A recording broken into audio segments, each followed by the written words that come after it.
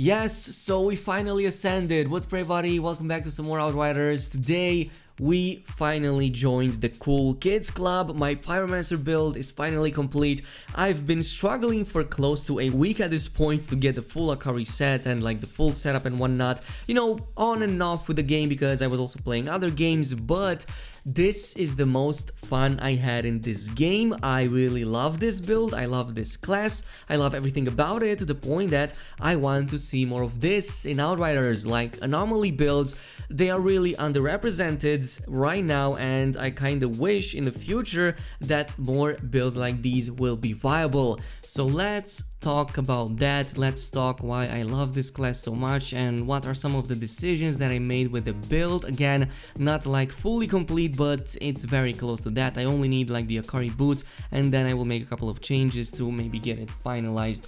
So here are some of my decisions when it comes to the passive distribution of the attributes, because this was also something that I used in the leveling process and it helped me a little bit more with the survivability. In this case, I'm still using the Tempest build with the anomaly power and so on. So you're aiming for a lot of anomaly power and cooldown reduction in this case. That's basically it.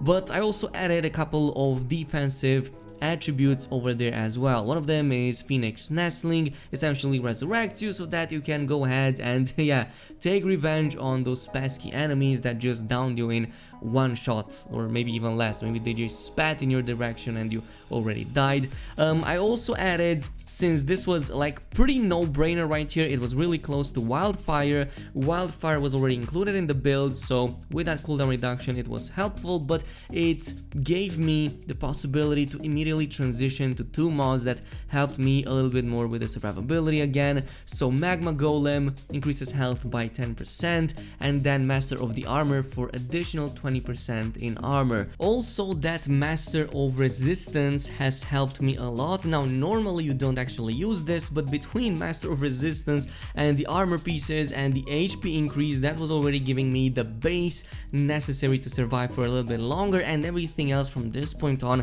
was completed by mods. But essentially what I'm trying to say is that with these combinations made easier, you can also add just like a couple more mods on top, and then bam, you reach way over the resistance and the physical damage reduction cap that even broken mods in the past would have provided.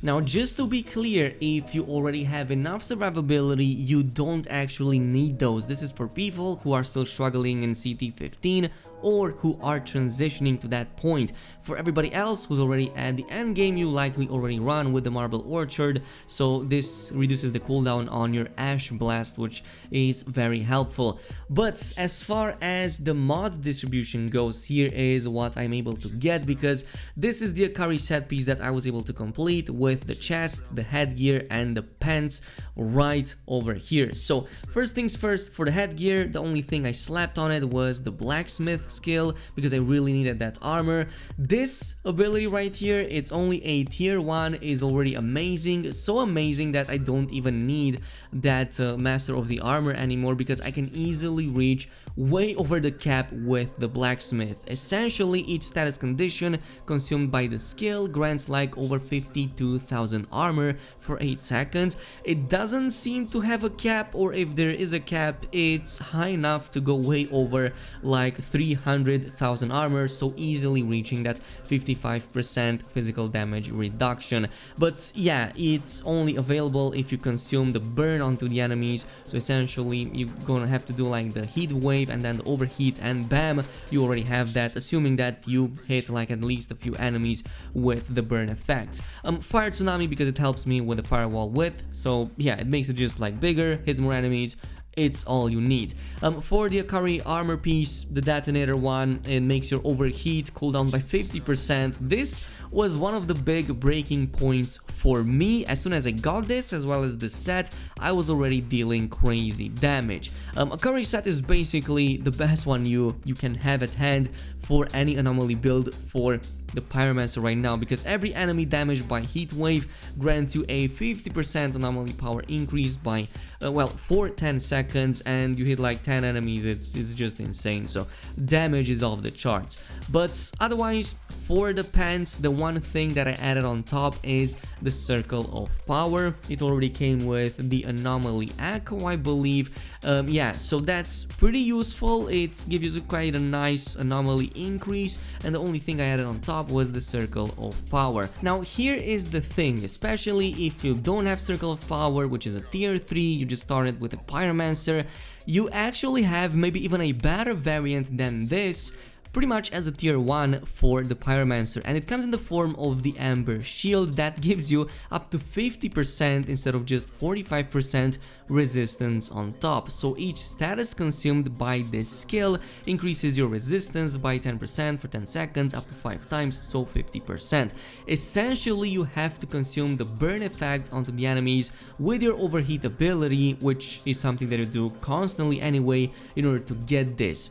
The difference is that, yeah, you have to consume that compared to the circle of power, in which you only have to cast 3 abilities, one after the other, and bam, you have it. Circle of power might be a little bit easier to apply, so if you have it, put that on because it's only a 5% difference. But if you don't have it, then amber shield is the next best thing for a pyromancer to have.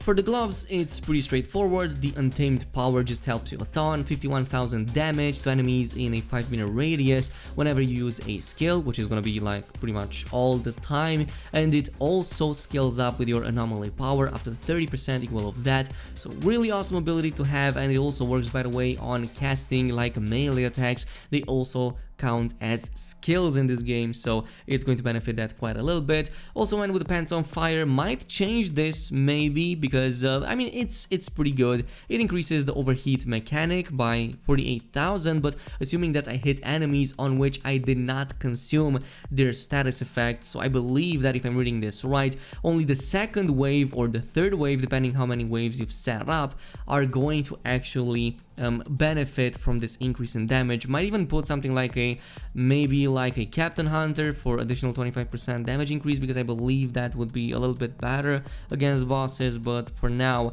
I'm just keeping it like that. And finally, for the foot gear, again, it's not finalized. I'm using a burnout, which increases my damage by 25% against enemies damaged by heat wave, so that's a pretty good one. And then I was lucky enough to roll this one with twice as hot. And I know what you're saying, there's better mods in there. Well, there are, but I can't get gear pieces yet with tier 2 mods that are any more useful. Everything else that can complete this build is either tier 3 or tier 1, and there's nothing I can roll on epic gear from this point on. That is why I'm using twice as hot. It's still dealing like good damage. If you look at the stats right here, it's pretty high up, like 10 million damage.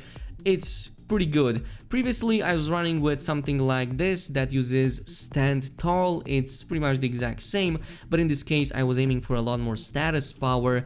Right now I believe it's around 60%, so this means that my burn effects will also deal more damage and last for longer, which is actually really awesome. On a final note, the two weapons that I was using are the Funeral Pyre and yeah, the Anemoy, which come in with the two best mods for this combination, the two best weapon mods, the Shadow Comet as well as the Moaning Winds.